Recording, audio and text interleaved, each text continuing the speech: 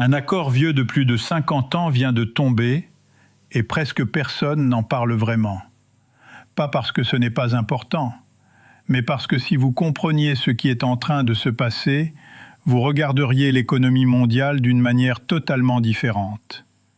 Depuis les années 70, il existe un système invisible qui soutient la puissance des États-Unis, stabilise le commerce mondial et influence directement la valeur de votre argent, même si vous vivez à des milliers de kilomètres. Ce système a un nom, le pétrodollar. Et aujourd'hui, ce système est en train de se fissurer. L'Arabie saoudite, le pays qui en est le pilier central, commence à changer les règles du jeu. Ce n'est pas une déclaration officielle spectaculaire, ce n'est pas une annonce qui fait la une partout, c'est beaucoup plus discret, mais infiniment plus dangereux. Parce que quand un système qui tient le monde entier commence à bouger, ce ne sont pas seulement les grandes puissances qui sont touchées, c'est votre épargne, c'est le prix de ce que vous achetez, c'est la stabilité même de l'économie. Et la vraie question n'est pas de savoir si quelque chose change, mais jusqu'où ça va aller. Et pour comprendre ce qui est en train de se produire aujourd'hui, il faut revenir à l'origine de cet accord. Un accord qui a redéfini le pouvoir mondial pendant plus d'un demi-siècle. Pour comprendre ce qui est en train de se passer, il faut revenir en 1974. À cette époque, le monde sort d'un choc majeur. Les États-Unis viennent de mettre fin à la convertibilité du dollar en or. Autrement dit, le dollar n'est plus adossé à une valeur physique stable. Et ça, c'est un problème énorme. Parce que sans l'or, le dollar risque de perdre la confiance du monde entier. Et sans confiance, une monnaie ne vaut rien. Les États-Unis doivent trouver une solution, rapidement. Et c'est là qu'un accord stratégique va changer l'histoire économique mondiale. Un accord entre Washington et Riyad. Le principe est simple, mais redoutablement puissant. L'Arabie saoudite s'engage à vendre son pétrole uniquement en dollars. En échange, les États-Unis garantissent la sécurité du royaume. Ce deal va créer quelque chose d'unique dans l'histoire, une demande mondiale permanente pour le dollar. Pourquoi ? Parce que le pétrole est la ressource la plus importante de la planète. Tous les pays en ont besoin. Et si le pétrole est vendu en dollars, alors tous les pays doivent détenir des dollars pour en acheter. Résultat, même si un pays n'a aucun lien avec les États-Unis, même s'il ne fait pas confiance à la politique américaine, il est obligé d'utiliser le dollar. C'est comme ça que le dollar devient la monnaie dominante mondiale, pas uniquement parce qu'il est fort, mais parce qu'il est indispensable. Ce système donne aux États-Unis un pouvoir gigantesque. Ils peuvent imprimer de l'argent. Et cet argent sera utilisé partout dans le monde. Ils peuvent sanctionner un pays et couper son accès au système financier mondial. Ils peuvent influencer les marchés, les échanges, les équilibres économiques. Tout ça grâce à un mécanisme invisible que la plupart des gens ne voient jamais, le pétrodollar. Mais ce système repose sur une condition essentielle, que les grands producteurs de pétrole, et surtout l'Arabie saoudite, continue de jouer le jeu. Tant que le pétrole est vendu en dollars, le système tient. Mais si ce pilier commence à bouger, alors tout l'équilibre mondial peut être remis en question. Et c'est précisément ce qui commence à se produire aujourd'hui. Parce que depuis quelques années, des fissures apparaissent.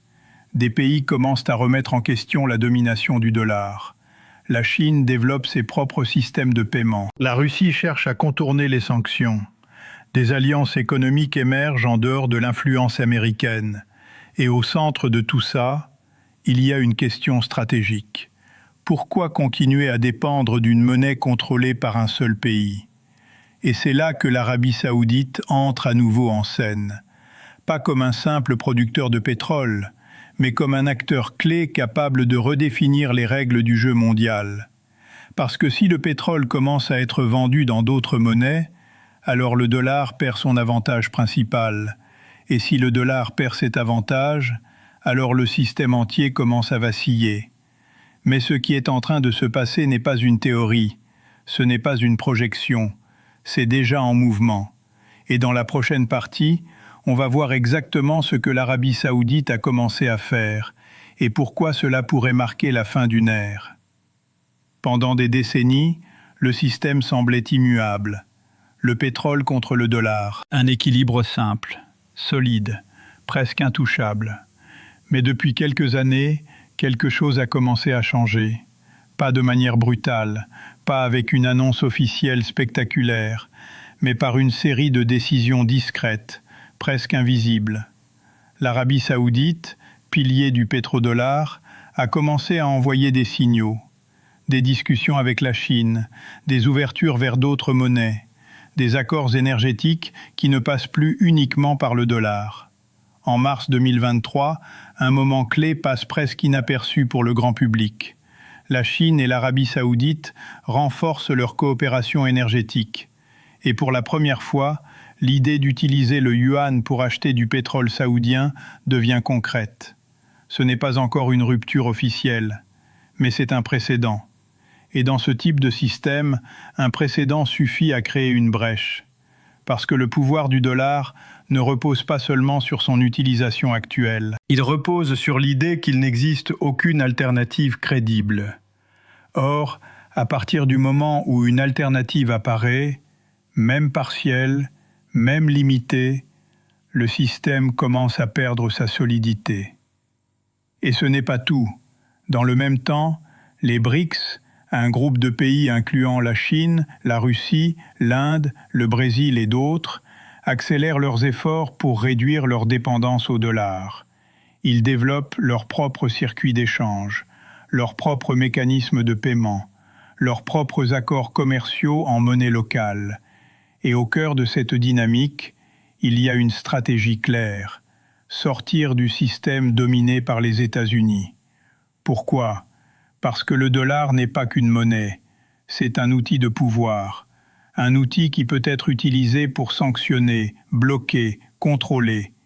Et de plus en plus de pays refusent de rester exposés à ce risque. Dans ce contexte, la position de l'Arabie saoudite devient stratégique. Parce que si Riyad décide de diversifier ses transactions, alors d'autres pays producteurs pourraient suivre. Et à partir de là, le système du pétrodollar ne disparaît pas immédiatement, mais il commence à se fragmenter. Et une fois qu'un système se fragmente, il devient beaucoup plus difficile à contrôler. Mais ce qui rend la situation encore plus explosive, c'est le timing. Parce que ces changements arrivent à un moment où l'équilibre mondial est déjà sous tension. Inflation, guerre, sanctions économiques, concurrence entre grandes puissances, tout est déjà instable. Et dans ce contexte, même un petit changement peut provoquer un effet domino, un effet que les marchés, les gouvernements et les citoyens vont ressentir. Mais la vraie question n'est pas seulement ce qui se passe, la vraie question c'est pourquoi maintenant ? Pourquoi l'Arabie saoudite commence à bouger après des décennies de stabilité ? Et la réponse révèle quelque chose de beaucoup plus profond. Un changement de stratégie à l'échelle mondiale. Pour comprendre ce qui est en train de se jouer, il faut sortir de la surface. Ce n'est pas juste une question de monnaie, c'est une question de pouvoir. Depuis plus de 50 ans, les États-Unis occupent une position unique. Ils contrôlent la principale monnaie mondiale, ils dominent les circuits financiers, ils influencent les échanges internationaux. Mais ce pouvoir repose sur un équilibre fragile. Un équilibre basé sur la confiance et sur la dépendance des autres pays. Or, aujourd'hui, cette dépendance est en train de diminuer. La Chine, par exemple, est devenue le premier importateur mondial de pétrole. Elle a donc un levier énorme. Et plutôt que de continuer à acheter en dollars, elle pousse pour utiliser sa propre monnaie, le yuan. Pourquoi ? Parce que contrôler la monnaie, c'est contrôler une partie du jeu. C'est réduire les risques liés aux sanctions. C'est gagner en autonomie. C'est affaiblir l'influence américaine. Et la Chine n'est pas seule. La Russie, après les sanctions occidentales, a accéléré son basculement vers d'autres systèmes. L'Inde développe ses propres mécanismes d'échange. Même certains alliés traditionnels des États-Unis commencent à diversifier leur stratégie. Et dans ce nouvel équilibre, l'Arabie saoudite joue un double jeu stratégique. D'un côté, elle reste liée aux États-Unis. De l'autre, elle se rapproche de nouveaux partenaires. Pourquoi ? Parce que le monde n'est plus unipolaire, il devient multipolaire. Et dans un monde multipolaire, les alliances deviennent flexibles. Les pays ne veulent plus dépendre d'un seul centre de pouvoir. Ils veulent des options, des alternatives, des marges de manœuvre. Et c'est exactement ce que l'Arabie saoudite est en train de construire. En ouvrant la porte à d'autres monnaies, elle ne détruit pas immédiatement le système existant. Elle crée un système parallèle. Un système qui, avec le temps, pourrait prendre de plus en plus d'importance. Et c'est là que le véritable basculement commence. Pas dans une rupture brutale, mais dans une transition progressive, silencieuse, stratégique, mais extrêmement puissante. Parce que l'histoire montre une chose, les grands systèmes ne s'effondrent pas en un jour. Ils s'érodent, ils se transforment, jusqu'au moment où ils ne sont plus dominants. Et si ce processus est en train de commencer, alors les conséquences pourraient être bien plus larges que ce que la plupart des gens imaginent. Parce que derrière les décisions des grandes puissances, il y a une réalité que peu de gens anticipent. Une réalité qui va directement toucher votre quotidien, votre argent, votre pouvoir d'achat, votre stabilité financière. Et c'est exactement ce que nous allons voir maintenant. Jusqu'ici, tout cela peut sembler lointain. Des accords entre pays, des décisions géopolitiques, des stratégies entre grandes puissances. Mais en réalité, ce qui est en train de se passer pourrait avoir un impact direct sur vous. Parce que le pétrodollar ne concerne pas seulement les gouvernements. Il influence la valeur de la monnaie que vous utilisez tous les jours. Il influence les prix, les importations, l'inflation. Et surtout, il influence la confiance dans le système. Aujourd'hui, le dollar est fort parce qu'il est demandé partout. Mais si cette demande commence à diminuer, alors la dynamique change. Moins de demande signifie moins de stabilité, plus de volatilité et potentiellement une perte de valeur. Et quand une monnaie dominante commence à perdre de son influence, les effets se propagent très rapidement. D'abord sur les marchés. Les investisseurs deviennent plus prudents, les capitaux se déplacent, les équilibres changent. Ensuite sur les prix. Le pétrole, qui est au cœur de ce système, devient plus difficile à stabiliser. Et quand le prix de l'énergie fluctue, tout le reste suit. Transport, alimentation, produits de base. Chaque hausse, même légère, se répercute dans votre quotidien. Mais ce n'est pas le seul impact, parce que derrière la question du dollar, il y a une question plus large. Qui contrôle encore le système financier mondial ? Si plusieurs monnaies commencent à coexister pour le commerce international, alors le monde devient plus fragmenté, plus complexe, mais aussi plus instable, parce qu'un système unique, même imparfait, est plus prévisible. Un système fragmenté, lui, est plus difficile à anticiper. Et dans ce type d'environnement, les crises peuvent apparaître plus vite et se propager plus loin. C'est exactement ce que certains experts commencent à surveiller.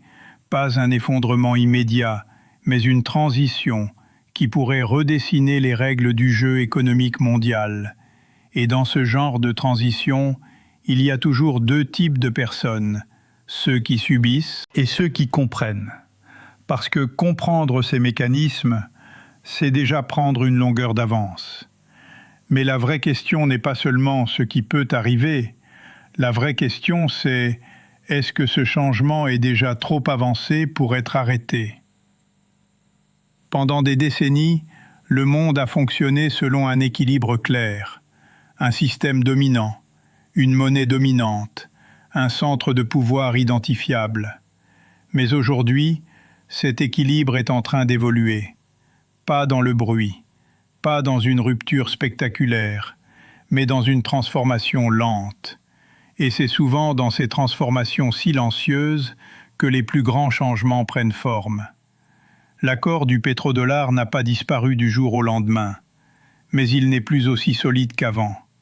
Et quand un pilier commence à se fragiliser, c'est tout l'édifice qui devient vulnérable. Le monde entre dans une nouvelle phase. Une phase où les règles sont moins claires, où les alliances changent, où les équilibres se redessinent. Et dans ce nouveau contexte, l'information devient une arme. Comprendre ces dynamiques, ce n'est pas être alarmiste, c'est être lucide. Parce que les décisions qui sont prises aujourd'hui par quelques acteurs vont façonner l'économie de demain, et indirectement, votre réalité, ce que vous pouvez acheter, ce que votre argent vaut, les opportunités qui s'ouvrent ou qui disparaissent. Et le plus important dans tout ça, c'est que ce processus ne fait que commencer. Ce que vous voyez aujourd'hui n'est peut-être que la première étape, et les prochaines décisions pourraient accélérer encore plus ce basculement.